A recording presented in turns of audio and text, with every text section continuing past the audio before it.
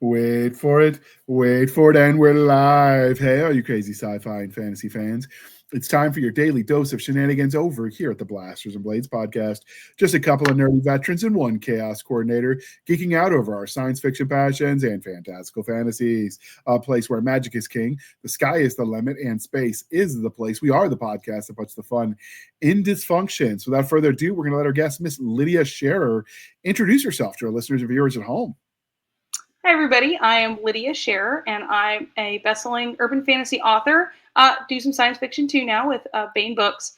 And I love writing magical adventure with snarky humor and a talking cat for my urban fantasy side of things, and some really fun gamelit on the science fiction side, kind of Ender's Game meets Pokemon Go with some Mean Girls and Monster Hunter thrown in for good measure.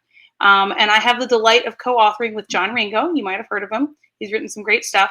And we have pretty crazy adventures over there. So I'm excited. All right. And the next part of the introduction, dear listeners, how we found them. So I have seen her around in the author space because she was involved in some of the COVID lockdown era DragonCon panels that they did virtually.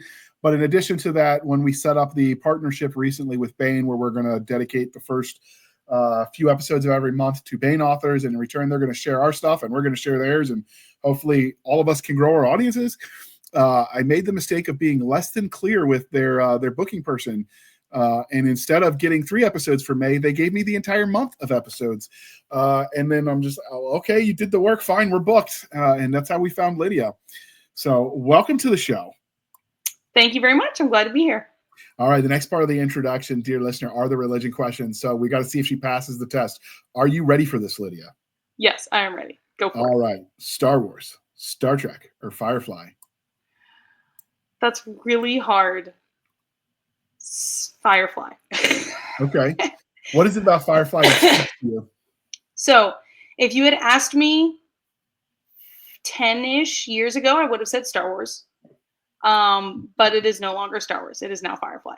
I would say Firefly and Star Wars are very hard to choose between the two. But I am not particularly a fan with some of the angles taken in the Star Wars verse in the past decade or so. So I'm going to have to say Firefly. And the reason I love Firefly so much is because it's just so pure.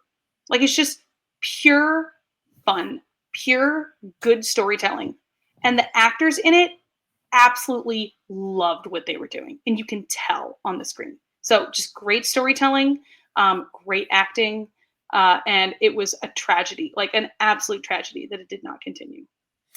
Well, at least it ended on its prime. Like, they went out on a winning streak instead of, although it got more popular after they canceled it than before. But partly it's because it was aired on Fox, which is Fox Entertainment, where good shows go to die.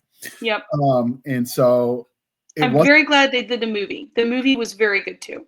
Absolutely, but it wasn't tainted by the modern. We've got to reinvent everything for no other reason than just to change something so we can put our stamp on it. Yeah. It's almost like Hollywood's out of new ideas.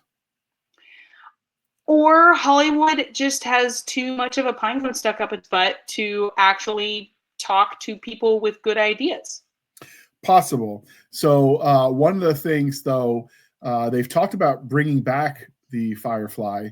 Nathan Fillion has talked about it several times, but hopefully bringing it back is not a reboot where they just redo everything. Oh, that would be awful. Get as much of the original cast is still alive and still acting, and take the story X number of years into the future, however long it's been since the show ended, so the aging is appropriate, and then just bring the next generation. It's their kids or whatever. Yeah, or even them. Like, I feel like the audience is such that a story about them still doing what they're doing or going back to doing more of it now older would also be really fun. You'd have to tweak the storyline a little bit, but as one gets older, you realize that getting older sucks a lot more than you thought it did, or that you were aware of. That, like, it's not even that when you're young, you didn't even think about it. You don't even think about getting old when you're young. And then you start getting old and you're like, oh yeah, that thing. Oh boy, fun times. Yeah, I remember when I thought 30 was old. And when I was considered the old man in my infantry squad because I was the 22-year-old sergeant. Oh, man. Wow. Yeah, I was the old guy. Yeah. Wow. But yeah, so I get it. Like, I think you're right. If nostalgia would make it work, the story of old guys coming back into it, old man Sky kind of vibe. I think that could work. But if you want longevity, just from a pure True. marketing, you would need to bring in young blood too. Yeah. And maybe when they get back to when the band gets back together for whatever reason, next generation is involved to keep the story going, even if the actors can't. But you have to Yes. give Yeah. them time to develop as characters before you do that. You can't just Yeah. And so I would say bring in all the old actors to create that bridge, and have it like kind of be a passing off of the old guard to where, hopefully not too many of them die. We don't want too many of our beloved characters dying. But like Mal at some point is like, I'm too old for this. I want to settle down and be happy and be left alone. I'll be a grumpy old man and get off my lawn. Yeah, and then I think the actor that played Preacher has passed away. Yeah, I think so. In real life. One of the things that I liked when they rebooted Ghostbusters, not the all-female one, that was just bad puns and not really much of a plot. And you learn the hard way. You can't hang a plot around just a bunch of bad dad jokes. Yeah. I mean, you actually have to have a story to tell. But when they rebooted it with the kids of the original ghostbusting teams, and it was like co-ed, so they got what they wanted as far as not just doing an all dude show, which I had no problem with. But when you made it their offspring and you took it that way, I think that works for passing on the torch in a story. Yeah, I don't think it's been that like long enough for Firefly unless you fast forwarded it a lot more, because it's only been 15 years since it was made. I think it went off the air in 2002. Oh, okay, so it's longer than 15 years. When I watched it, I know that it was not brand new when I watched it, but when I watched it at that time, I wasn't looking into when it had come out. I just found a new awesome show. Let's watch it. So yeah, maybe it has been long enough. Okay, makes sense. 22-ish years, 23 years. Yeah, it aired in September 2020 or 2002. Okay. And it got the one season. And then, so that would have been, into 2023. I don't know when the movie came out. It was a bit after. It was like 3 or 4 years after, I think. Yeah, I think so. I mean, but yeah, it's older than we thought. Yeah. So maybe that would work. 2005. I just Googled it. Oh, okay. So not too long after. Theory, but then the audience would hate me because theirs will go nuts. Oops. Yeah, so 2005. So it's been 20 years since the original. I mean, that's pretty old enough to have, Yeah, I'd say so. I was thinking it was more like 2010. I was thinking, but yeah. So I was busy with college in the era and then I was in Iraq when the movie came out. Mm-hmm. So yeah, I didn't watch it till much later. But I mean, when you just look at the chronology, and the fact that they were probably a little bit older than their character was, probably you could justify, on their timeline further than on ours. But even just taking it as time has passed, still 20 years is plenty of time to have next generation. The real question is, so have you read any of the comic books that they wrote that are set after the movie and everything? But I was kind of burned with graphic novels, and I'm leery to do that again. So they're good. It's sad that there isn't more of a story there, but the story that was there was good. I believe it went over Zoe's daughter. I believe she had a daughter. And I'm trying to remember if Honora gets married or not. I can't remember exactly. It's been like years since I read them. I have them on my shelf behind me over there, but I haven't read them in a long time. So it'd be just interesting to see like how they work that with kids, because besides Zoe and Wash's child, which is like canon, like none of the other characters were married. So it'd be interesting to see how they how they would if it happens, how they would. So I'm a huge Stargate fan. I liked all of them, even the much maligned Stargate universe. And they left you with that huge cliffhanger. But like, don't worry, fans, the true fans, we're going to give you an ending with a graphic novel. So I paid in advance $50 when it first came out. It was freaking expensive. And it gives me a cliffhanger in the graphic novel and no sequel. I am still bitter, if you can't tell.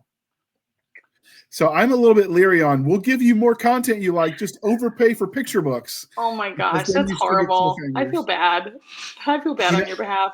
I know how now the George R.R. Martin fans feel about the Song of Ice and Fire series. I never got into that.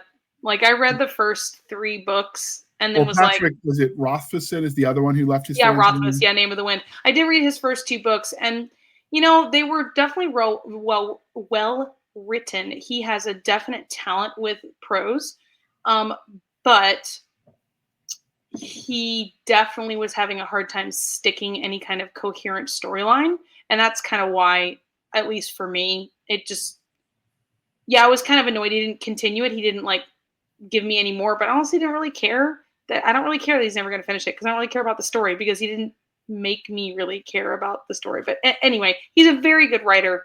But sometimes just being a good writer isn't enough. Sometimes you also have to be very good at finishing what you start, which not all writers are good at.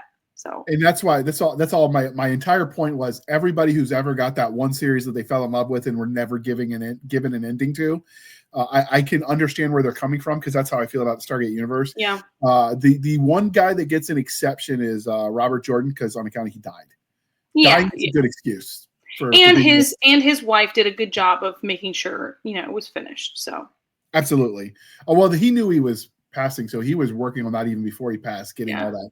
But just as a general rule, not being on Earth anymore is an excuse not to finish something. So they totally get about not quite. You have to make sure if you're a good writer, you have planned out the rest of the series and have it written down so that somebody, whoever's your executor or whatever, can make sure the series gets finished after you die.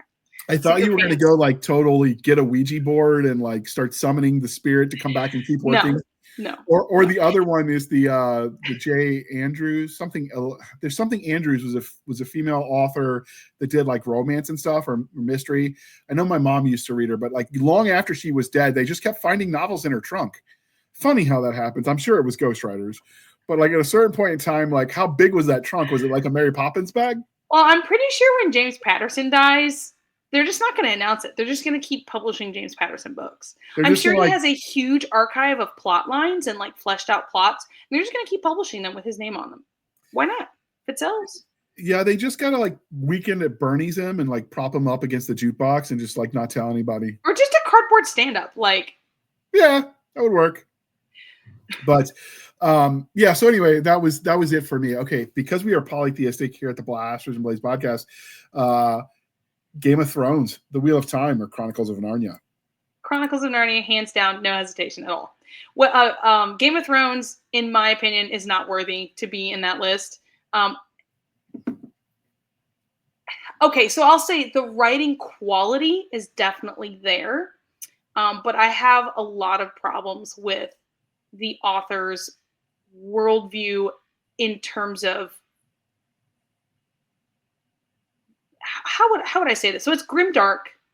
It's grimdark, and I believe that while there are certainly stories set in a grimdark universe that have a lot of entertainment value, because of my belief that stories at their core are extremely important for human flourishing, I find that stories that focus on the darkness and the worst aspects of humanity just don't have a lot to redeem them, even if they are entertaining.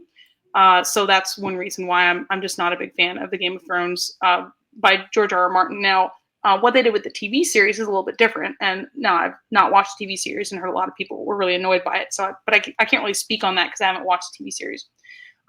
So on it because they're all over the internet. Yeah. So I do see the memes. And Wheel of Time, I have to confess, don't tar and feather me. I only ever read the first book. So I read the first book and I'm like, that was fun.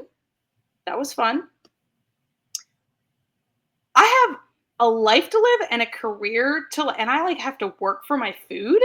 So I'm not going to start the next book yet. And then that yet turned into never. So yeah, it's definitely dense prose. It would be nice if I get to it someday, but just I work. I don't actually keep track of how long I work. I work all the time. I set aside hours from 5:30 p.m. to about 8:30 or 9 for family. That is dinner time, hanging out with my kids. We go on a walk, we go to the park, whatever. We come back, give them baths, put them to bed. Other than that, I am working all the time. And that's from 8 a.m. when I get up with my kids to 1 or 2 in the morning when I go to sleep. 1 or 2 in the morning if I'm disciplined. If I'm not disciplined, it turns into more like 3. So I don't take breaks. I don't have time off. I don't take vacations. I just work all the time. Now, I like that because I love what I do. What I do for a career is the most fulfilling thing I could possibly be doing, but work is still work.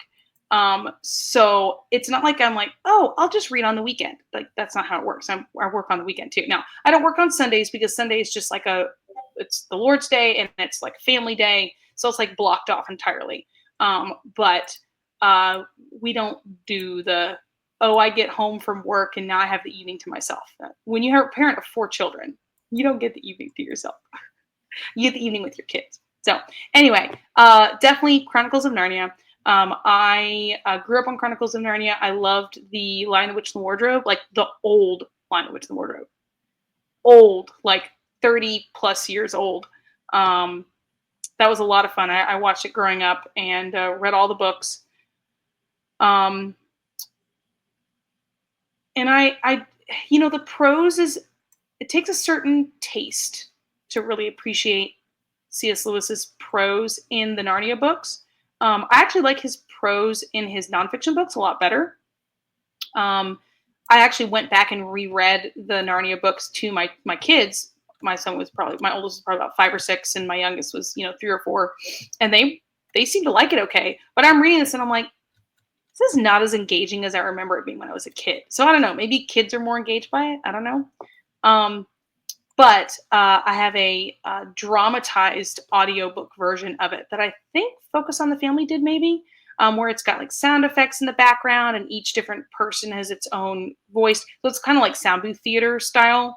And I absolutely love those, especially The Horse and His Boy was my favorite. Absolutely just so well done, just really engaging and really interesting. So anyway, Narnia. I hope I passed. If I didn't, I don't really care because I'm a Narnia girl. You're fine. I like the one cool thing that Game of Thrones, the TV series, gave us is it is now canon that they have bottled water in Starbucks in Westeros, which I totally love. What? So there was the last season, there were some bloopers where like one of the cups that the actor had for his Starbucks and another one had for his bottled water got into the shot. And oh my gosh. The book's edits. Sometimes you've got that stubborn grammatical error that just makes it through like a dozen edits. This is one of those things that lots of people looked at when they were proofing this movie or this TV show, and it made it through. So I just respect that now that's part of canon, that Starby's made it all the way over to Westeros. And for me, it's just amusing, not because it's necessarily like I don't even fault them. Shit happens, but stuff happens. But I find it amusing that that's what made it through. And I imagine at some point in time they'll remaster those and fix it, much like they remastered the bar scene about whether Luke shot first or not. It's one of those things that at some point in time having the original one with those in it is going to be something people have like as value, right? Like a physical copy of that. Yeah, but I just find that amusing. I don't tend to like grimdark either, so I'm with you. But it is iconic. I mean, there's it's iconic for sure. It was the story of their generation. Yeah, which is a little sad because, I mean, sex sells. It does, and it sold very well in that TV series. And dragons. I mean, don't forget the dragons. Yes, dragons. Dragons are also awesome. It's just a shame that the story of the generation would be one that was never finished in print, and the finish in the TV series was so disappointing that like massive swaths, you might even claim, or you might even make the argument that the majority of the fans just absolutely hated it. So I mean, I feel for people for whom that is like the story of their generation. I personally enjoyed that I grew up in the Harry Potter era before the movies. So growing up in the 90s and everything with Harry Potter, it was just magical in a way that could never be recaptured now that the internet and social media and film is such a big part. It being in print only, like there's just a magic to it that can never exist anymore because we are now in an era where the internet is ubiquitous and social media is ubiquitous. So anyway. So I was in high school in the summer of 97 where book 1 came out. So I was not the target audience.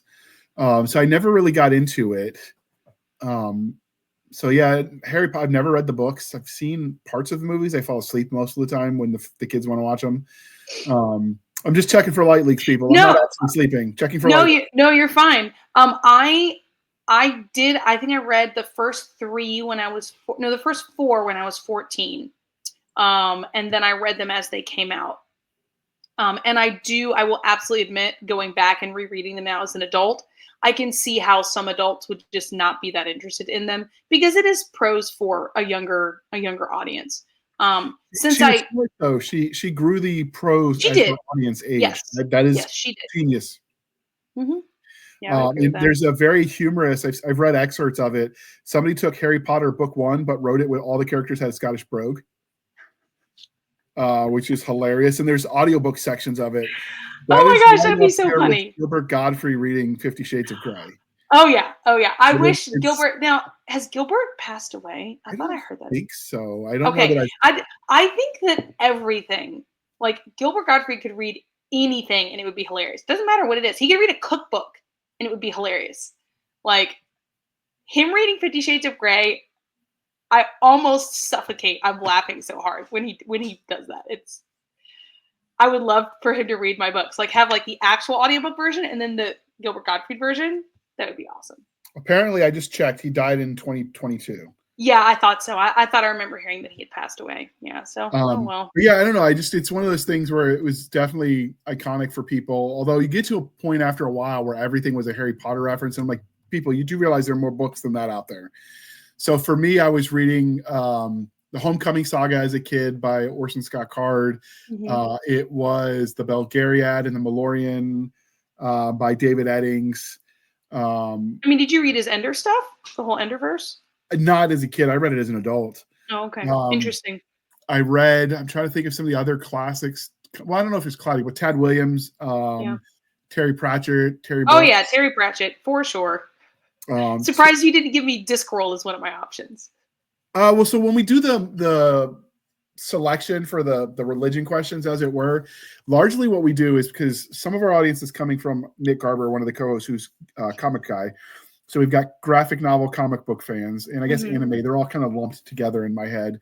Then we got my people that are coming from the book side, and then general populace writ large that screen as well. So we tried to pick properties for the question that were both iconic and across various mediums. Yeah, that makes sense. Shannara would be on there for me, but most people don't acknowledge the one season that they got, which I actually watched enjoyed. it. I liked watched it and I enjoyed. Now it was kind of campy, a little campy in I places. didn't realize until I watched the TV show that it was a post-apocalyptic. I just assumed it was generic fantasy, and I missed it that it was layered over. Yeah. Post-apocalyptic Well, world. I would say that they brought out those elements more in the TV show than it's really brought out in the book. Just in the sense that it can be easier in a book for your brain and your imagination to skim over subtle descriptors of the area of what's going on. If that's not what you're focused on, or if you already have kind of an image in your head of what things look like. Whereas if you're watching a movie, those things are not something that you skip over as much because the visual experience is just different than the reading and then from that creating a visual experience in your head. So it doesn't surprise me. When you read it and the cover is kind of what attracts you before you could look on the internet or get all the book reviews online. When you're literally the Dewey Decimal System and whatever your librarian recommends in the book cover is about all you've got. And so the cover screamed fantasy, classic fantasy even. I mean, it's that tower for the first book, isn't it? Here, let me look it up again. But yeah, so for me, it was I just missed it. But I really enjoyed the TV show too. I had no problem with it. One thing I had problem with, I've tried to read Wheel of Time. I couldn't get into it, but more the prose weren't my style. They weren't bad. I just couldn't. But when I watched the TV show after Lord of the Rings, what Peter Jackson did with Lord of the Rings, the TV movies or the movies, excuse me, and the quality of the cinematography and the quality of the costuming, watching the Wheel of Time miniseries, I guess, I don't know why you want to call it TV show, like the costuming by comparison looked so hokey that it was hard for me to take it seriously. Yeah. And that's rough because what Peter Jackson did can never be reproduced ever unless there exists a producer with the same amount of passion as Peter Jackson. Because the reason Lord of the Rings were Lord of the Rings was because of Peter Jackson's passion. And I can absolutely promise you that the people who ran the Wheel of Time and the people who did the Ring of Power or whatever it was the Lord of the Rings one that Amazon, that Prime did, nowhere near the same level of passion and dedication. And also Peter Jackson had an unprecedented amount of control and decision-making ability And to... even story aside, just the costuming alone, by comparison, I mean, Rings of Power, Wetaworks.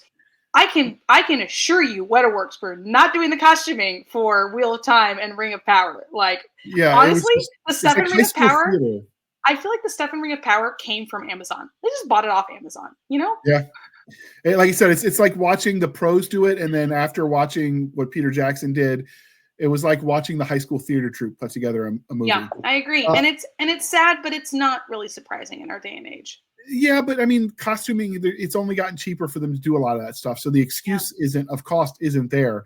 And you know, the costuming for me is a separate issue from plot and all of that. Like the costuming is the very cinematography that is the medium that you tell your story through.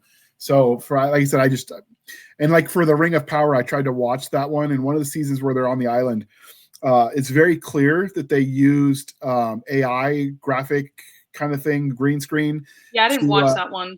Well, so I don't know if AI is the right word, but basically, like there was like maybe 12 people in the crowd, and then they just sort of superimposed. They computer generated the rest of it. However, that was done. Right, but it was that they were in the same costume, so it was like watching a Where's Waldo picture, and you could see like, oh, there he is, there's number 2, there's number 3. Like it was so badly done. Yeah, that it was just obvious. Like, I mean, you could have them do a quick costume change and then move over a little bit, and like you could have gotten the effect. Well, going back and when watching the extended editions of The Lord of the Rings and Peter Jackson and how he recruited like hundreds of extras and people with horsemanship and to bring their horses for like the big field battles in New Zealand, like it's amazing. Like the level of dedication, it's almost like the difference between seeing like an actual book written by a master of prose who puts his whole soul in it versus an AI generated book is kind of the difference in my mind between the original Lord of the Rings by Peter Jackson and the Ring of Power. It's kind of sad. It is, but like I said, you know, costuming is easy. Like you could 3D print a lot of those armor type stuff and give a realistic look with paints and stuff. That because I've seen what cosplayers do. Yeah. On much less of a budget, it's just like, you know, shoestring and love, and they make some amazing costumes. I apologize for my yawns, by the way. No, it's not UJR. Okay. It's my kids. I get it. It's, you know, we record at 9, so it's after a long day. But yeah, so for me, the costuming just didn't raise to the level. I mean, the story was still a problem as well, but yeah, for me, the costuming just in comparison just didn't hold up. But we got so sidetracked, so we got to get back on. Oops, was that my fault? Sorry. Nah, it's okay. It's part of the introduction. It's fun. All right, so 30-minute introduction. We're doing good. Yeah, absolutely. One of the crying shames of adulthood is we stop asking each other the important questions. So we are bringing that back here on the Blasters and Blade podcast. So, what's your favorite dinosaur? That's a hard question because it's more or less Triceratops, but I cannot get over how hilarious the little arms of T-Rexes are. Like you can't, if you're listening to a podcast, you're not watching TV. I am waving my little arms, my little T-Rex arms. Rawr! So yeah, it's like Triceratops, but also seeing people run around in the T-Rex suits just makes my day. So that's a really hard choice. I'm going to be lame and say Triceratops and T-Rexes. So there you go. Okay. I noticed that some people that grew up with the Land Before Time cartoon. Oh, don't say that name. Don't say that name. they tend to, you can definitely tell by what people choose whether that was around.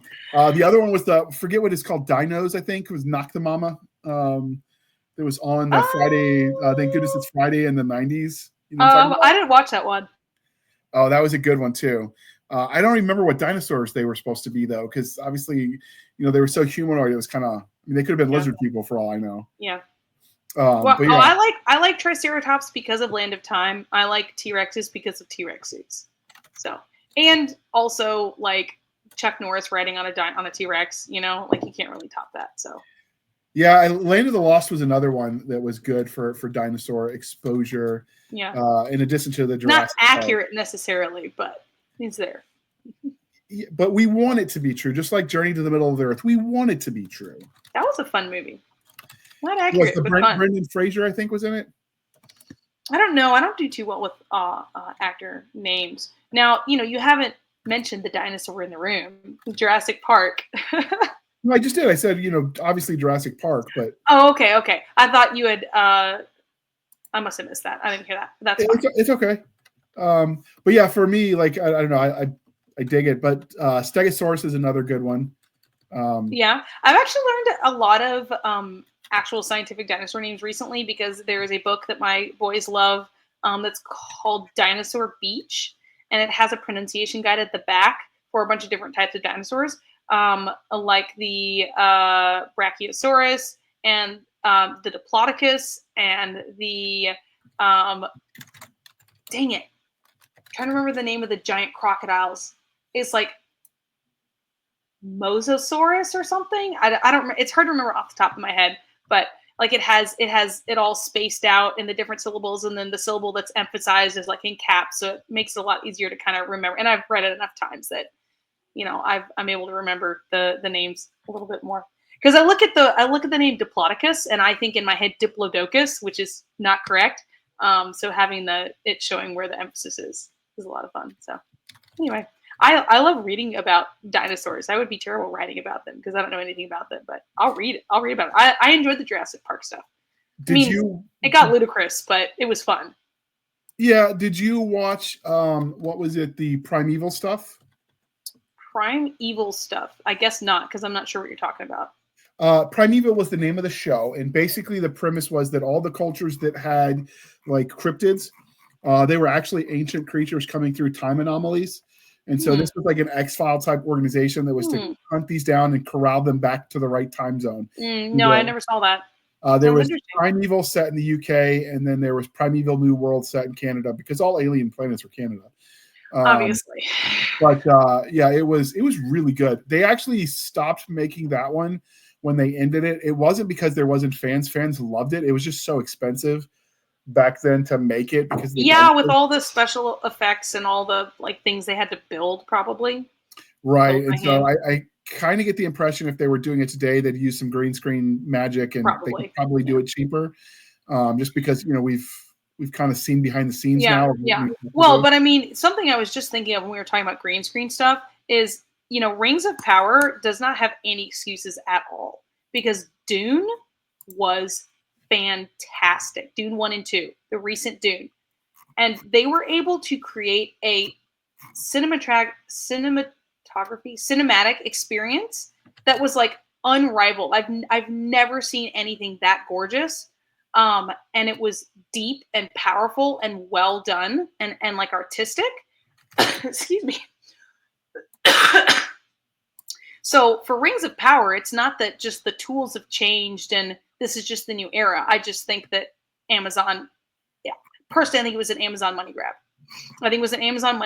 And so there was almost no passion put into it, and that's very sad. It makes me very sad, but it is what it is. Absolutely. All right, and because we are civilized human beings here at the Blasters and Blades podcast, we are no longer knuckle dragging troglodytes. Coffee or tea, and how do you take it?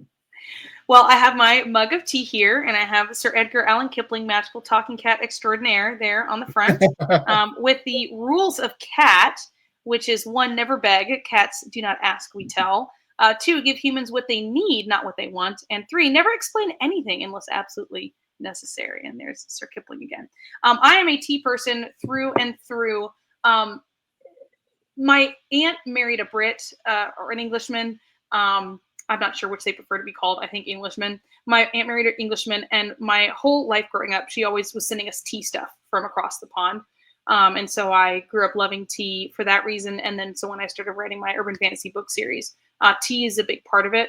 And I didn't really know much about tea. I liked tea, but I didn't know anything about it. So I actually had to become a tea educated person once I started writing, because I had to write about it intelligently. And the more I learned about it, just the deeper my appreciation is of it. I actually was writing a post recently on my Patreon, which is where people can go to get more exclusive content content from me, such as short stories once a month, and polls to vote in, and behind the scenes stuff, and spoilers, and what have you, a lot of stuff.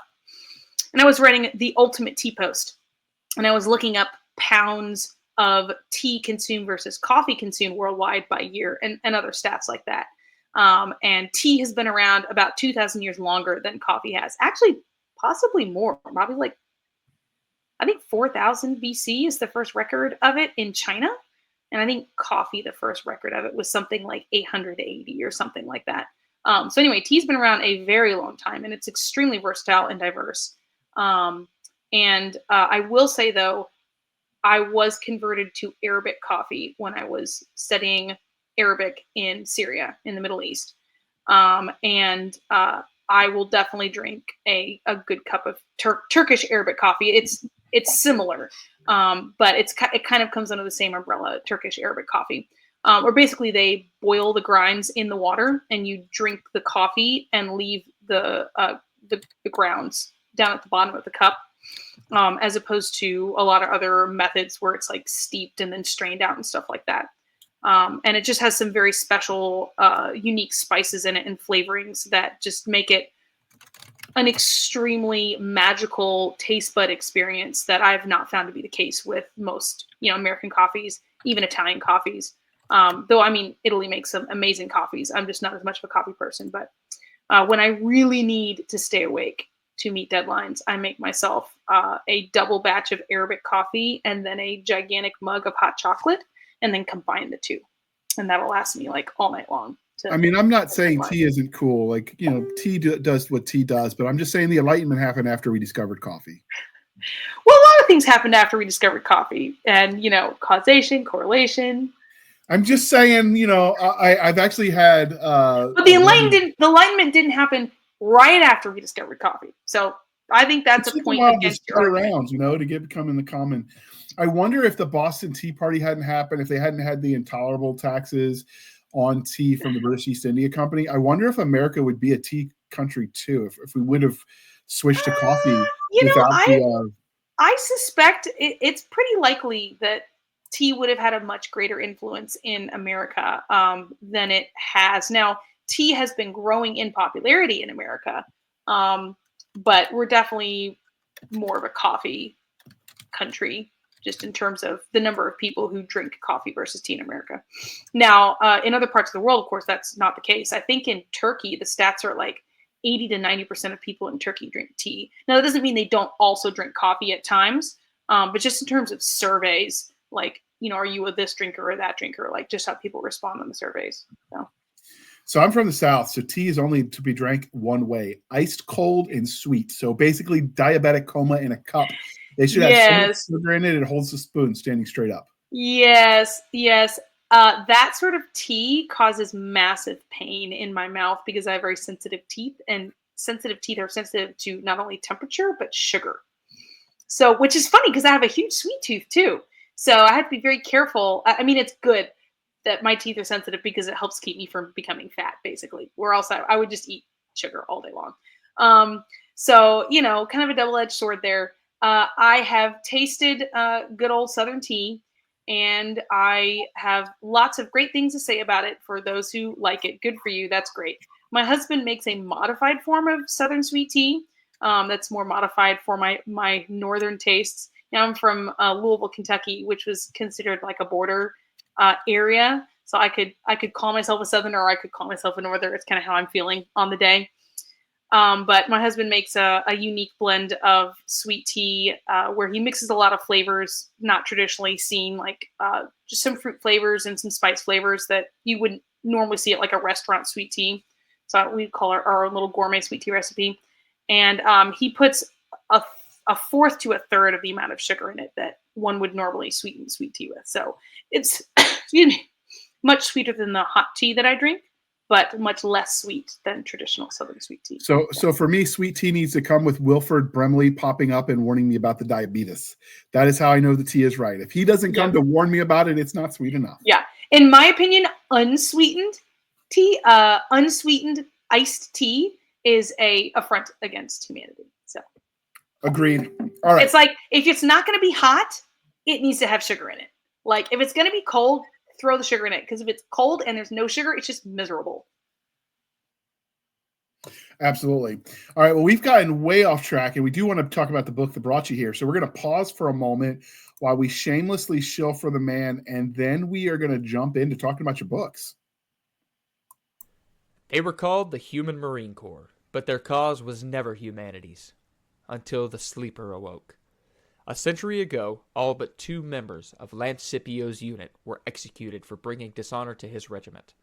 Now he wakes into a strange new time and is tasked with whipping into shape the worst squad of misfits in the entire Human Marine Corps.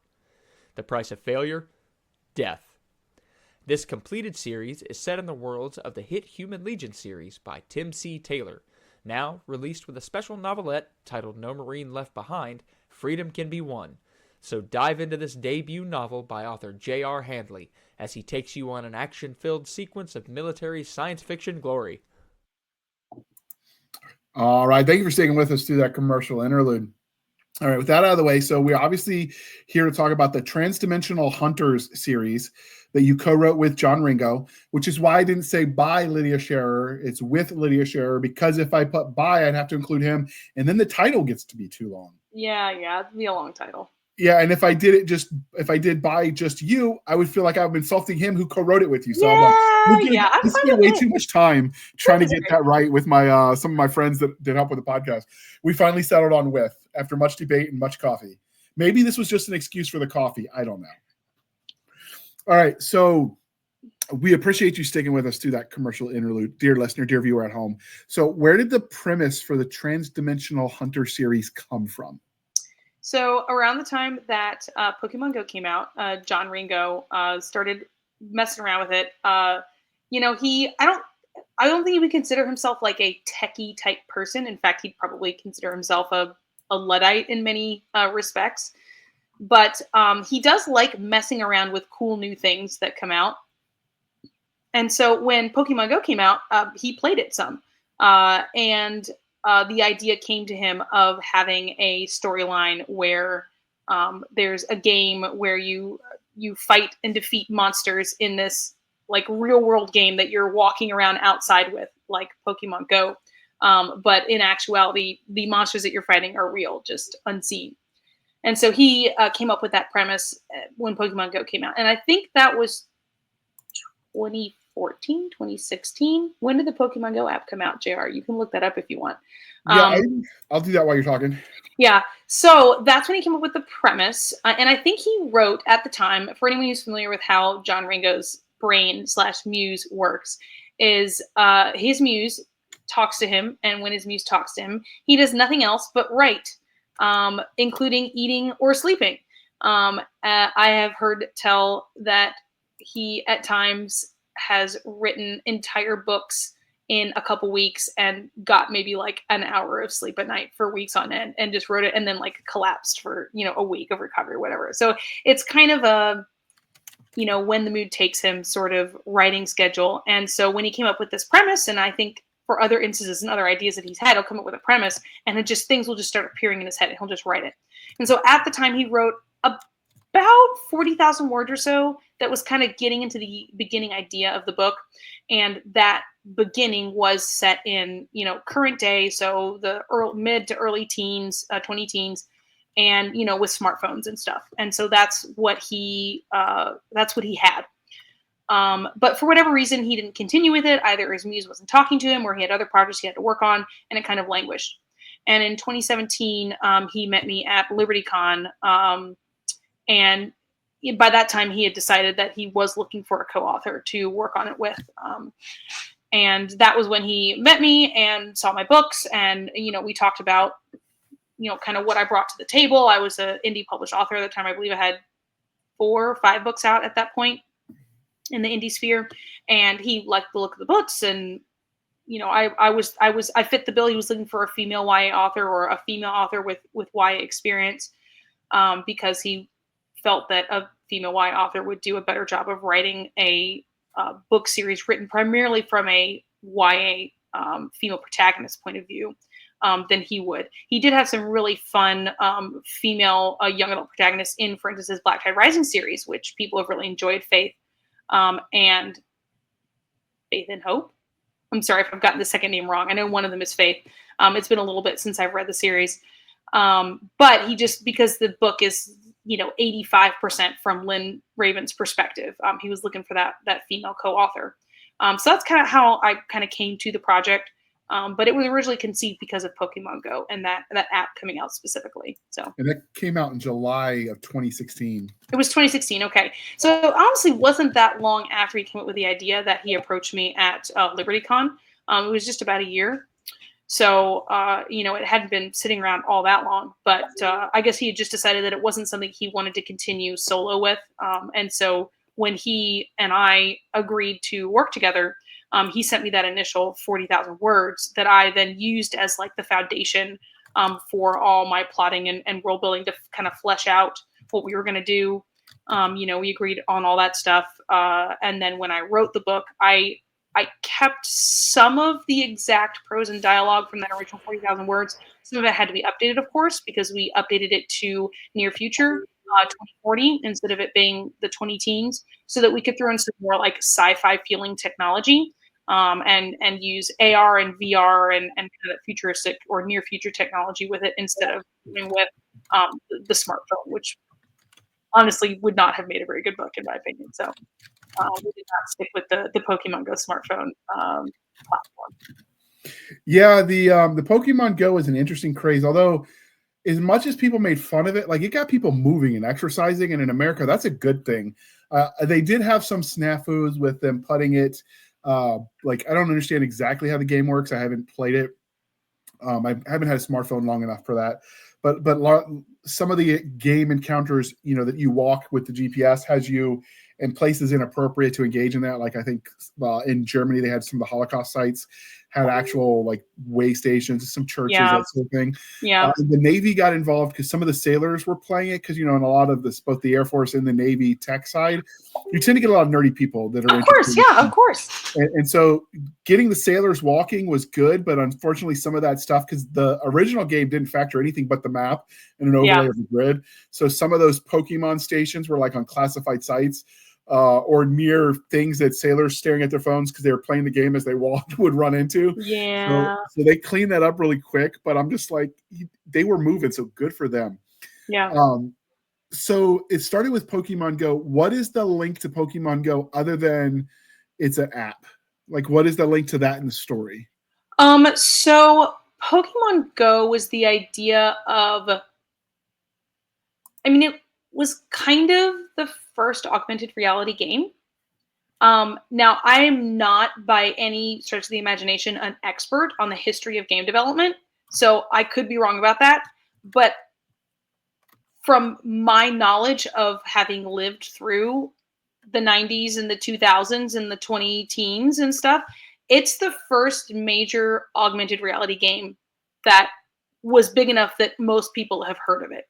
And by augmented reality, I mean it is a virtual game that takes place in the real world. So when you're looking at your phone with Pokemon Go and you point it at things, you can actually set it to where it shows you the actual real background and it has the cartoonified Pokemon superimposed on it. So I could play it I remember playing it in my apartment, and sometimes Pokemon would pop up, would generate, spawn in my apartment, like in front of my couch, and I could catch it there in my apartment. And so, it's kind of a clunky interface, the screen of that smartphone. Imagine an augmented reality game where you're putting on Google glasses, and not like Google glasses like they are today. Good 20, 30 years in the future, Google glasses, where it's a seamless experience where you put those Google glasses on and the computer generation objects, skins, monsters, whatever, look 100% like they are actually right there in real life. So like a sci-fi HUD almost. Yes, except the sci-fi HUDs are, or at least the way I often see them portrayed in many science fiction movies, are a flat thing. They're like a grid, they are a map, they are readouts, they are whatevers. They are not overlaying the reality that's beyond that screen. I'm sorry, I'm doing a bunch of hand motions for people who are You're watching this. absolutely okay. But this is like you put the Google glasses on, or in this case, in the book series, they're called AR interfaces or AR glasses. For augmented reality. So you put your augmented reality glasses on, and for instance, so the picture on the cover is a picture of what Lynn Raven looks like in TransDimensional Hunter, the game. So that is her with the overlay of her armor and the transdimensional monsters in the background. So if someone put on the AR glasses, or in the case of the book, they actually developed an app called the TD Hunter Lens app, meaning they could watch as a spectator as people fought in real time, like out in a field. They could go stand on the edge of the field. There's actually proximity stuff where, you know, the AI Hugo is named Hugo in the books that controls the game. You know, if the spectator gets too close, they like give a warning and they'll shut down. It'll automatically shut down the app if you get too close, because they don't want them to get in the way of the players. But you can stand there and you can watch them battling. You can see everything that they're seeing and see them in their armor and everything. And it looks like they're actually wearing that armor. Like it is overlaid. So, and of course, this is all what John says, hand wavium. I definitely did some research on scientific developments, where those developments were aiming based on the past 10, 15 years, and what people were expecting to be possible by 2040. But that was more to just generate ideas. I do not pretend, and I have no scientific arguments to tell you about how exactly how all of this would work. It's like John says, it's hand wavium. It's not science, it's hand wavium. It's magic in the guise of science. So anyway, the augmented reality overlay is so good that it's seamless. Like you really feel like you're in that real world. And that's partially necessary, because it's a whole body immersive experience to play this TD Hunter game, TransDimensional Hunter game, which is the game in the book series that is created for people to play, which, unbeknownst to the people playing it, unbeknownst to the public, is actually a military combat interface for fighting the aliens. That is the problem. I'm not going to tell you too much about how they got there or what's going to be done or whatever, but it is the combat interface for destroying these alien entities. And so, yeah, if you want to know more, I guess you got to read the book. So the runes that are painted on her outfit, are those intentionally? They almost look like Celt or Viking-esque kind of Norse. runes? Yeah, Norse. They are. Exactly how she looks was not entirely under my control. Obviously, when you're doing traditionally published books, there's a bit of a separation between the author and whatever artist the publisher hires and what the artist actually does. Now, I did have a really great, Bain had me send a cover brief to the artist, which a cover brief is just the author's description of, here's some example photos of stuff I had in mind. Here's the scene. Here's the description of the costume, that sort of thing. But then the artist has license to create whatever piece of art not only looks good, but is going to help the book sell based on their professional experience. So obviously, lots of book covers out there are not exactly perfect to, what's described in the book. This one is pretty darn close. Those are Nordic runes. I have no idea what it says. If he actually plucked out actual script, known script in a certain order. I don't know if it says anything. I don't know if those are just random Nordic runes. But how it's described in the books is that Lynn Raven achieves, through her superior skills at the game, a unique armor and weapon set called Scotty's Avatar, or Scotty's. I think it's Scotty's Avatar. That's spelled Skadi', Scotty's Avatar. Scotty is a Norse goddess who, has a whole mythology behind her that you guys can look up if you want. But it's something John and I talked about when we were developing the first book, of how his vision of Lynn was kind of almost like this Norse, fierce, like fighting goddess or something like that, just in terms of the visuals. And so that's why I use Scotty as the inspiration behind her armor set. The idea was space Viking, was the look or the feel of it should kind of be space Viking. And so we've got, the sword and the runes and, kind of the Viking look with the space kind of cyberpunk mixed in. So that's the kind of the story behind her outfit and the coordination of that. It looks good, and this is the second cover, and it's Yeah. not. So just for the record, dear listener, if you're looking at the image, it looks pixelated behind her. That was intentionally designed. This is a high-res version of the cover. Yeah. The background is intentionally blurred for effects. With the pixelated. It's not blurred. It's pixelated, which is there's a difference. Okay, I always just intermix the two as synonymous, but no, from an artistic point of view, there is. I mean, the visual effect is different. If all they wanted to do was blur it, it would look different than the way it looks. You can actually tell if you zoom in, there's big pixels. So the reason they did that, the artwork that he submitted, I have the artwork in its non-pixelated form. If you get, you can buy a print copy of the artwork from KM Miller, I think is the name of the artist. From Kurt Miller's website. He sells his artwork. You can buy art prints. That's the actual artwork without the pixelation. But Toni, when she was, directing the creation of the actual digital cover, decided that it would help indicate the gamelit, meaning game literature, the gamelit genre of the book by having a pixelated background. Now, that was her artistic choice, and I think it's a great cover. But I did have a discussion with her about it, simply because the first book wasn't similarly pixelated. They did do the pixelation on the mass market paperback for the first cover, but not on the hardback. And I had just let her know with the second cover that in the actual game itself, the graphics were absolutely perfect. There's no pixelation, no lag. It seemed like reality. That's why it's called augmented reality. And so a pixelation effect, while it might clue the reader into older days of pixelation, like Minecraft style pixelation, that pixelation wasn't a part of gaming of the future, so to speak. And so she agreed with me that for that reason, that there was not really a big reason to pixelate any more of the backgrounds.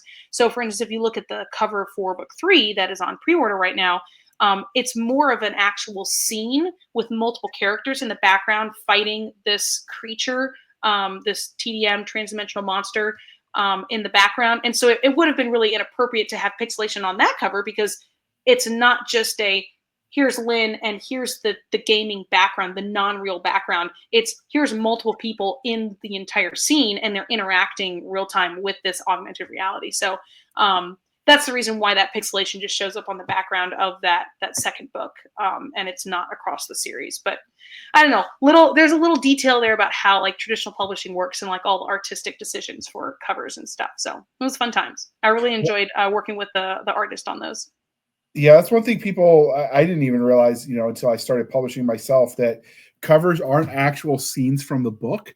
They're just not necessarily. They can be. So for instance, this book 3 is if you had to distill a scene down to help convey to the reader the emotional promise of the story, this scene is accurate. It is not pixel by pixel accurate to the exact description of what happens in the book. You're absolutely right.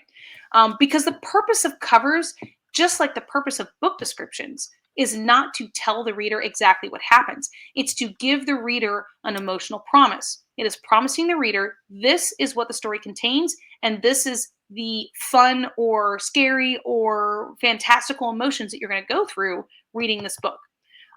Because details of what exactly happens in one single scene cannot convey that. So it's all about the emotional promise in visual form. And so that is why so this scene, for instance, it is not one single scene. It is a distillation of a couple different elements. There's a train track. There's an actual electric rail that they hunt TDMs along multiple times in the book. So that's that's what the rail is that she's walking on. There is a bit of you can kind of see a transformer station in the background. These TDMs are attracted to the electromagnetic spectrum, and so they often hang around areas of high electromagnetic activity, like transformer stations. And then it's got actual monsters and some of his idea, the artist's idea of what the monster would look like with Lynn superimposed walking in front of those. So yeah, they're definitely a distillation of different elements and different scenes to give you a patina. I'm not sure how that word is pronounced, of what to expect in the story, which is another fun thing you learn when you start publishing books. That's what, like that's the cover is to give you the essence of the story and not be a one-for-one shot. And so sometimes, like, that's where you'll see a lot of in sci-fi, where the ship doesn't look kind of like what you envisioned it in your head when you read the book. That that's not exactly how the author did it. Although there are times where authors, at least on the indie side, will go back and re-describe the book to fit the cover because they like the image so much. But yeah, that does happen. Yeah, well, and especially if you are self-publishing, if you're an indie author and you are managing the whole process, and the lag in between things happening is not there because you're managing it all. Absolutely. You're able to do that rewrite because the cover is going to be completed before the book is published, and indie authors can very easily change and update their files for even the hardback and paperback books, weeks before the book comes out. Whereas for trad publishers, they often have to put that print order in, several months before the book is being released to make sure that it gets distributed to all the right places and gets printed on time and all that stuff. So there's just different time constraints. Absolutely. So one of the things I noticed, and this is the clearest image, is the second one. Her pistol that she's wielding looks like a dragon head.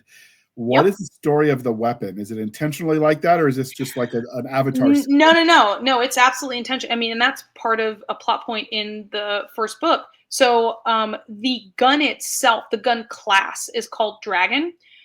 So you've got the weapon classes in the game, and this book has lit RPG elements to it. I wouldn't call it a lit RPG novel because it is in reality. It's an augmented reality game, not a virtual reality game. Most lit RPG is you could say isekai in the sense that they go to the game world. Of course, stuff like Dungeon Crawler Carl is a little bit different. But in Dungeon Crawler Carl, his entire reality is physically changed to the gaming reality. Whereas in this book, it is the real world as the real world is, with the gaming world superimposed digitally on top of it. So I wouldn't really describe it as a lit RPG, but it definitely has those leveling elements in it in the game. And so you've got different weapon classes, and this class is a kind of a blunderbuss class, a shotgun class, you might say, where it's wider spread damage, very intense close up, and very bad for long range. Okay, medium range, very good close up. And so because this was a dragon class gun, and because this is a special set that she's achieving through, she has the highest kill to damage ratio of anyone in the game. Now she was a beta player for the game, and she started the game on the release day and is an extremely highly skilled gamer. She's a prodigy gamer, which is kind of the point of the book, is why she could achieve all these things, because she's a prodigy gamer.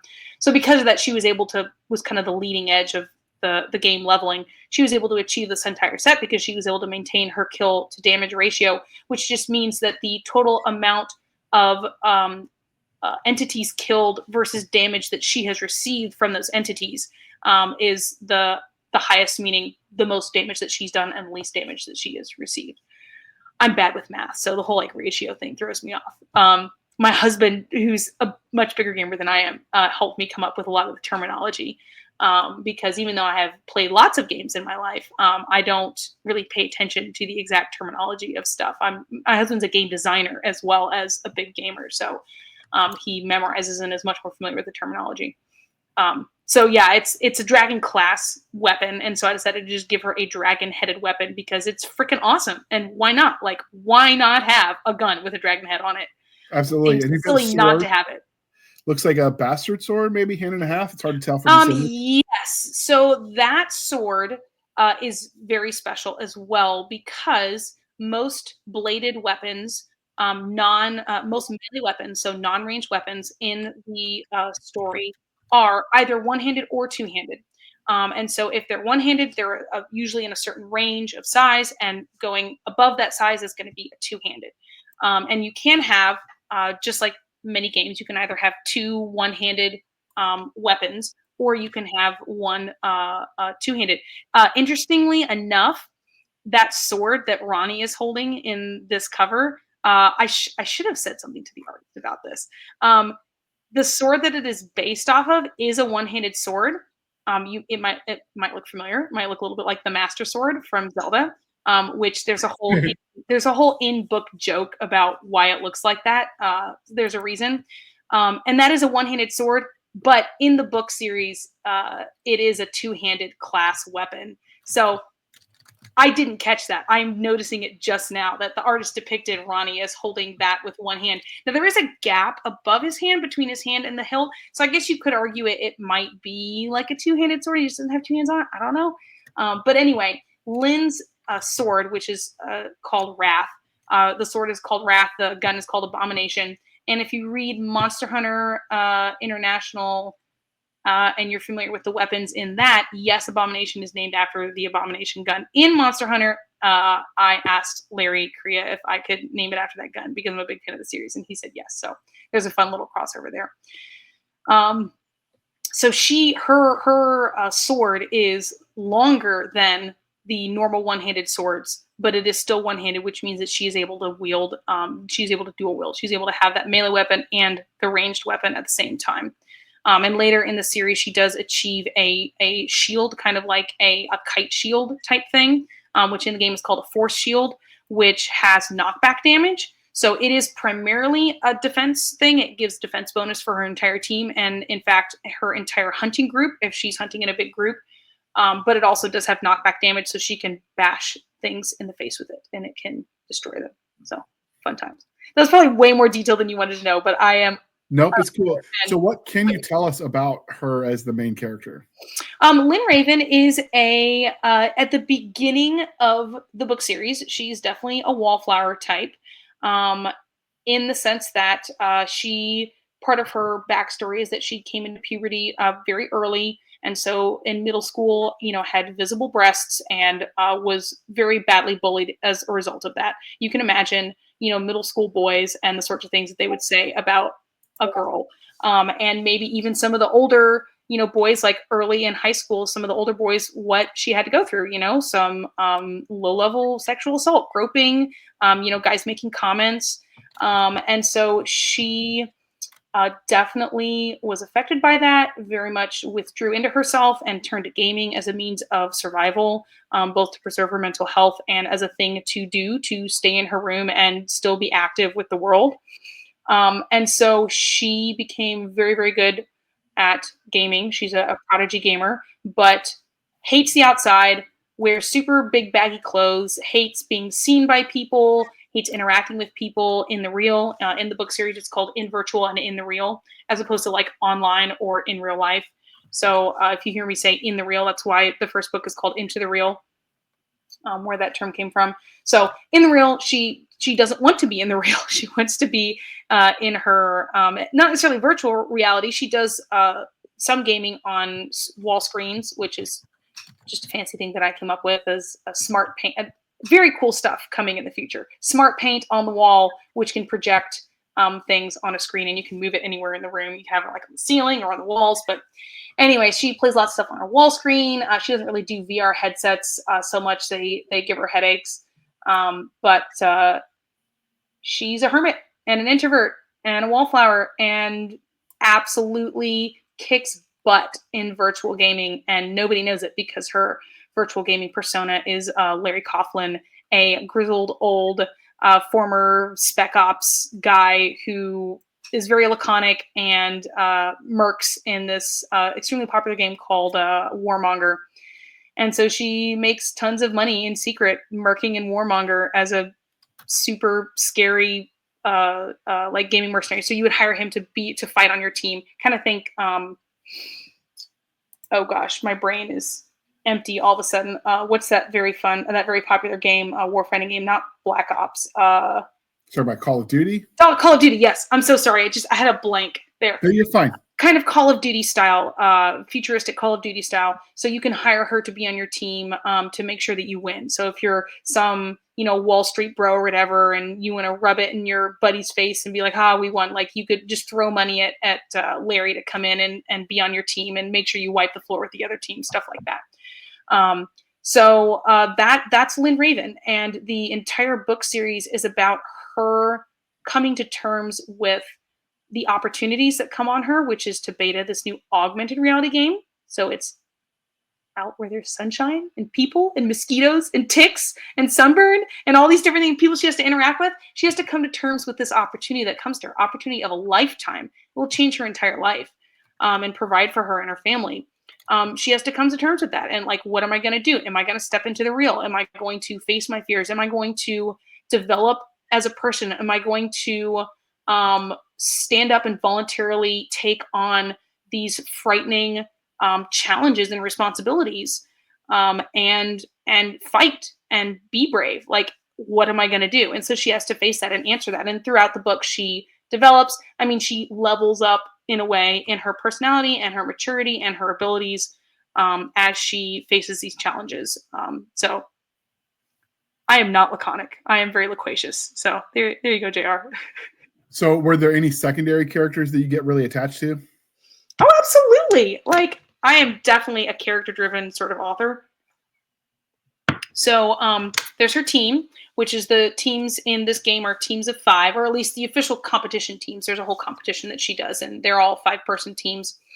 So her guy buddies, there's a group of 4 guys that she kind of went up through middle school and high school with, where they were the guys that didn't pick on her. A couple of the guys that she's a little bit closer to kind of defended her and were like, hey, you can come hang out with us. Like, you're cool with us. 1 or 2 others that she's not a fan of, and they're kind of jerks, but they don't bother her. They're just kind of jerk guys. And so they're huge gamers and always talked about gaming, and she never really gamed with them because the ringleader, a guy named Ronnie, has the opinion that girls got no game, that girls can't game and don't game and shouldn't be gaming. Not so much shouldn't be gaming, but just they can't. Like, girls aren't good at gaming. Like, of course they're not. Everybody knows that. Girls aren't good at gaming. And so she never revealed to them her skills in gaming, and she never actually games with them. She does game against them, though, because Larry Coughlin absolutely frags Ronnie on a regular basis in Warmonger, and Ronnie loathes Larry Coughlin, and Lynn just giggles about it internally every time. It's a lot of fun. So that's a whole thing that goes on. But these 4 guys, that's part of the first book, is she has to have a team if she wants to compete. She can't compete by herself. She would love to compete by herself and depend on no one else but her. But no, she has to have a team.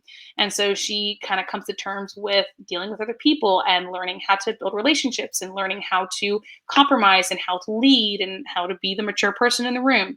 And so those side characters, some of them are jerks, and some of them come around, some of them don't, and some of them are awesome, like Edgar Johnson, who is a bit of a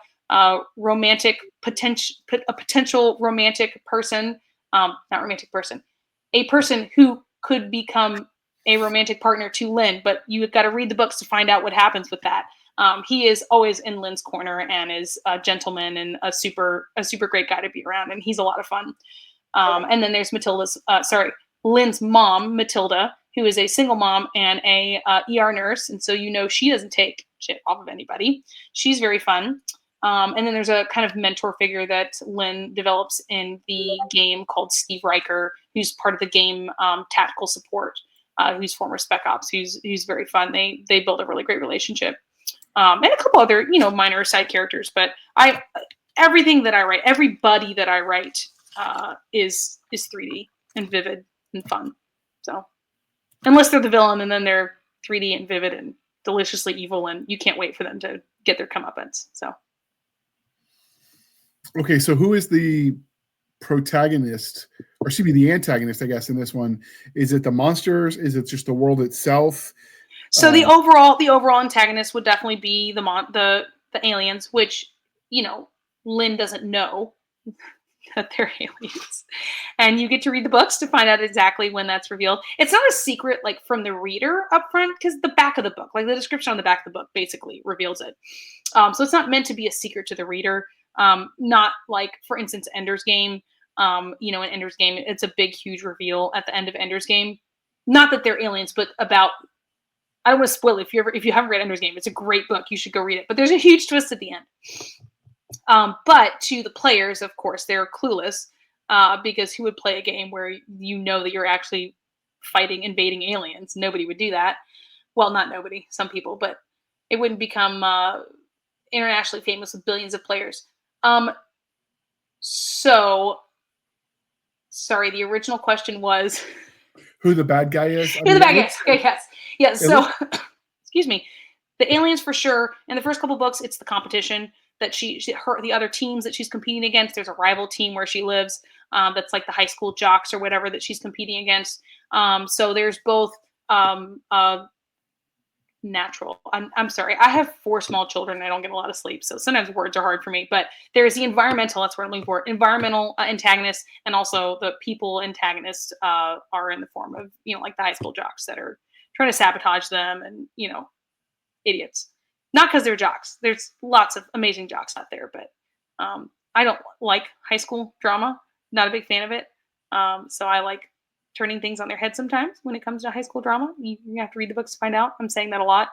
I assume that's the right thing to do. I don't know. Am I supposed to spoil everything on this podcast? No, we prefer not to spoil. Okay, great. Yeah.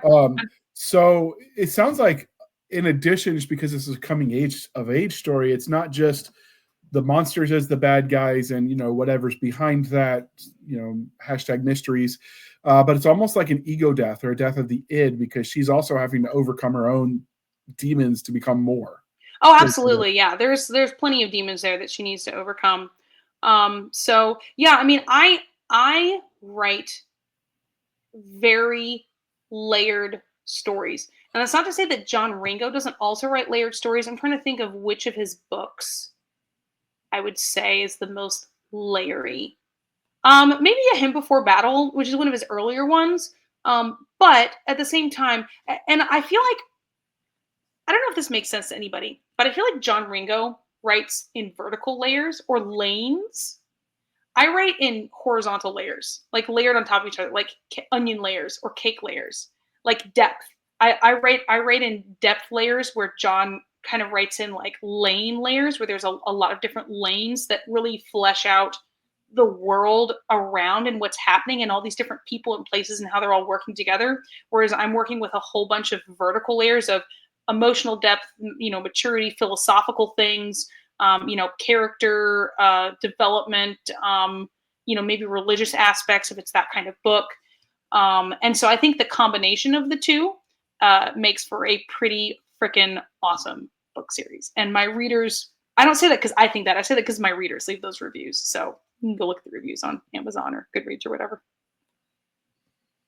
Okay. I don't know if I answered your question. Hopefully I did. You did. So the game that at some point in time, you said, it's on the first book's cover, that at some point in time they realized the game is not just a game. Is there, and based on the description, if she dies in the game, are they really going to drop dead in real life? Or so you got to remember, the game isn't in the game. The game is augmented reality.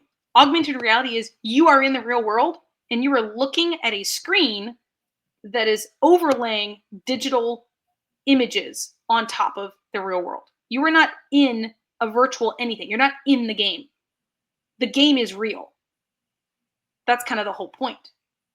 And the reason why one of the most, not the most compelling aspects, but one of the compelling aspects of the book series is that at this time in 2040, this game is cutting edge technology. It is the first successful, like realistic, widespread augmented reality game to exist.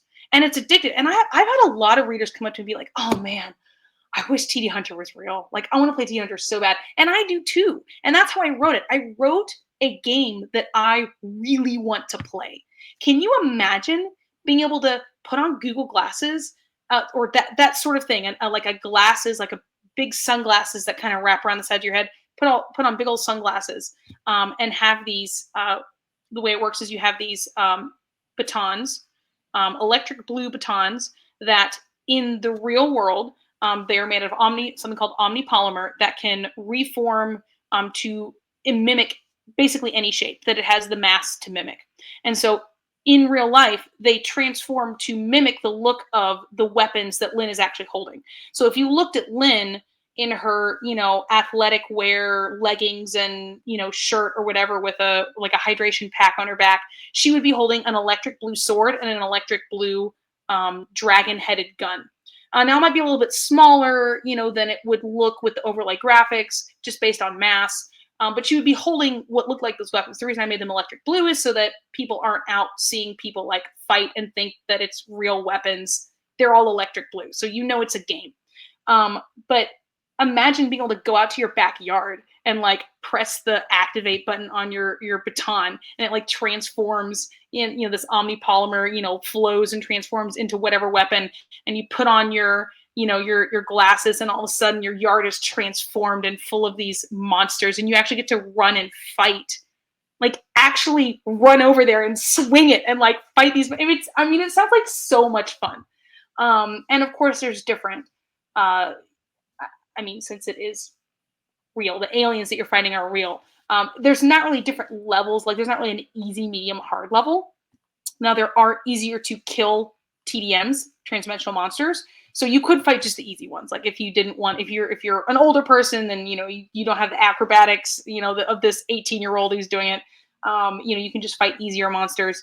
But it's just like, you just get your blood pumping. And a lot of people have said, damn, I wish that this game was real.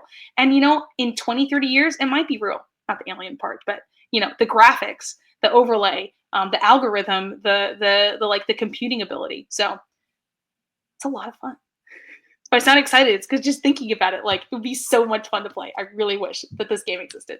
Well, I was going to ask you if you would live in this world if you could, or at least be able to play the game, but you just answered that one. Well, obviously, I don't want to have aliens invading, my world. But if aliens were invading my world, this is probably the most fun you could possibly have fighting an alien invasion, hands down.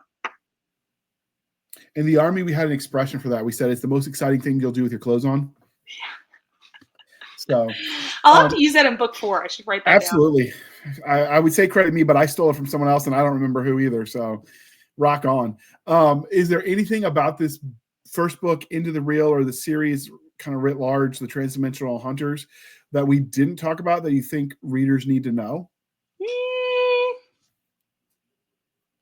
I really don't think so. I will say that it is YA appropriate, and we wrote it that way on purpose, because one of the biggest parts of the reason that I am an author is because I want younger people to absolutely fall in love with well-written fiction that resonates with them and helps teach them important things about the world that they live in while being extremely fun. I aim to write eminently rereadable stories. So these are stories that you're going to read and then want to reread again, reread the whole series as the next book comes out, or just, put off the shelf in a couple years, reread the whole thing again. Like, I don't know other people's rereading habits besides me, but excuse me. And so if you're, thinking about this book for a YA person that you have in your life, absolutely, you should give it to them. I'd say probably younger than 11 or 12, might be a bit young just based on, reading level. But it's definitely YA appropriate, but it's not like a YA book. It's not like an angsty YA book. Okay, maybe it's a tiny bit angsty. But I really hate teenage angst, and I try not to write teenage angst. So it is the most mature teenage angst containing book that I could contrive. That was actually my next question, was the rating. And I feel you. I actually, in one of the first series I wrote, I had a character that was supposed to become a love interest. So I had her starting younger because the series was going to last longer. I was co-writing it I was writing in someone else's universe. So when their universe pivoted, I had to. So I didn't have time to age her up to be a love interest and have her mature. And because she was a teenage angsty girl, I decided to just kill her off because that was easier than dealing with her. I'm like, I'll just give her a heroic death. Yeah, okay. I mean, heroic deaths are good, right? When they're well done. Angsty. When they're well done, they're good. So yeah, I mean, I'd recommend it for like 12, 13 and up. Okay. as long as they're in advance. Like my gauge honestly is the 7 Harry Potter books. And the reason I say that is because the Harry Potter books do age with the reader.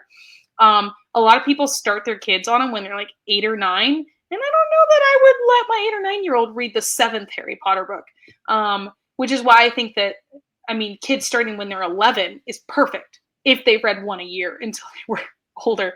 But I mean, I'd probably let my 12 to 13-year-old read all 7 of the Harry Potter books. So I tell people if they've read the Harry Potter books or like that similar level, then it's fine. That's kind of my gauge personally. Okay. This is the part, dear listener, where I remind you to please be kind and speak your mind on the reviewing platforms. Your reviews help the right readers find the right book. So do your part, people. It really does matter, even with TradPub. And because this is a Baen book, you can actually buy the ebook directly from their website, which will be linked in the show notes. If you buy from their website, the authors tend to get a little bit more of the money because there's not the Amazon, Barnes and Noble at all middleman that's also taking a cut. The bookstore chains. So if you buy it there, though, you can leave a review there as well. You can leave a review on Amazon, on Barnes & Noble. You can go to Goodreads. You can start a website, review it there. But spread the word. Tell your friend. It really does make a difference, especially with publishers that have more overhead. So they have to be more in touch with, is this resonating with fans? So if you don't review it and share it and tell your friends, sometimes your books you like don't get sequels.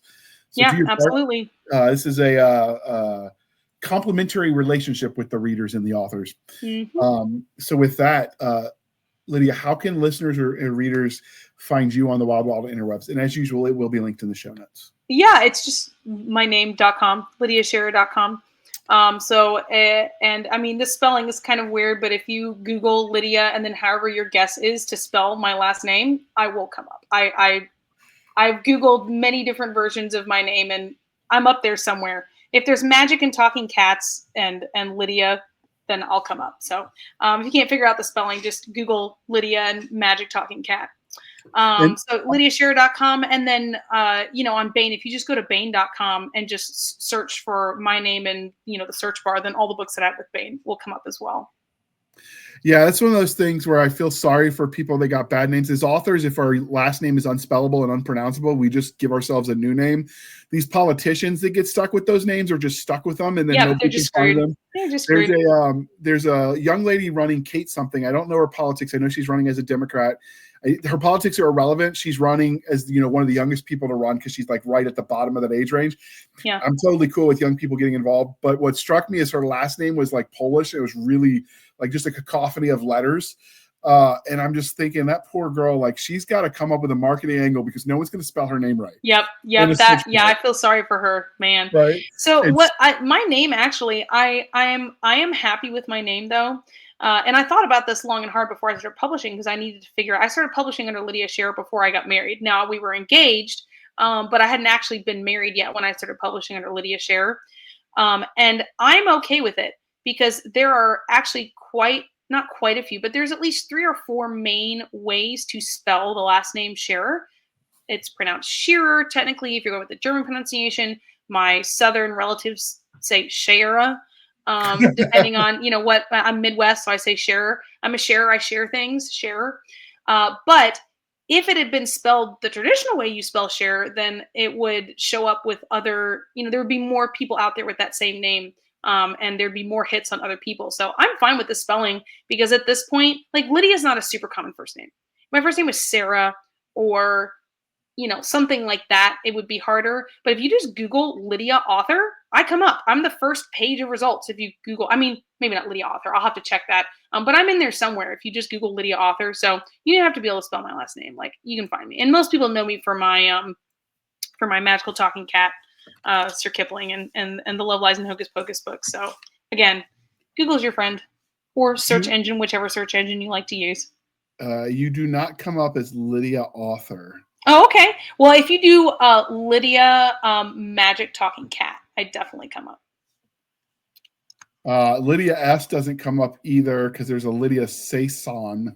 Yeah, no. I wouldn't think Lydia S. Oh, you're the second. If you do Lydia S author, you're the second name that pops up. Okay, there we go. And also, I was just doing that in real time because I was curious because you mentioned it. That's actually a really good. You're right. If you just Google Lydia author, because it looks like there have been quite a few Lydias.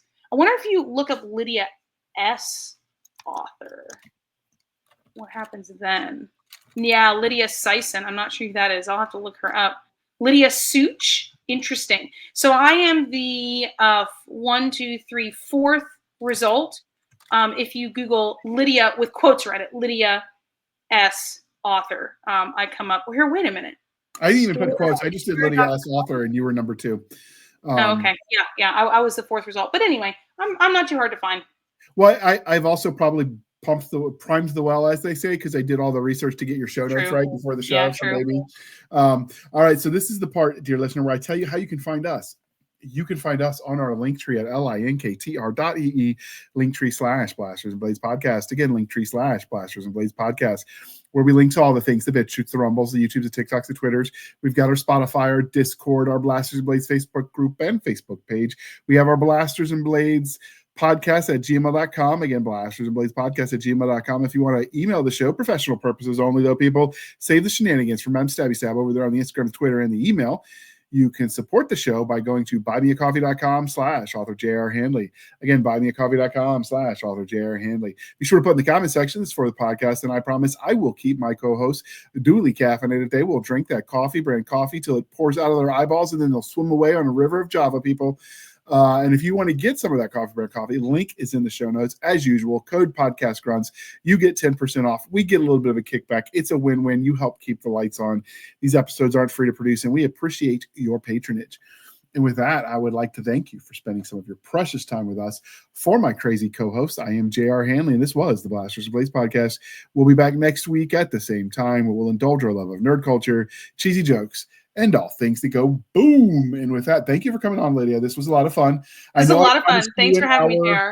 It's almost 11 at this point, local time, and I know you got to get up early with those kids. So drink some extra tea on me, and I apologize. And with that, no worries. We're going to hit the stop recording button. All right.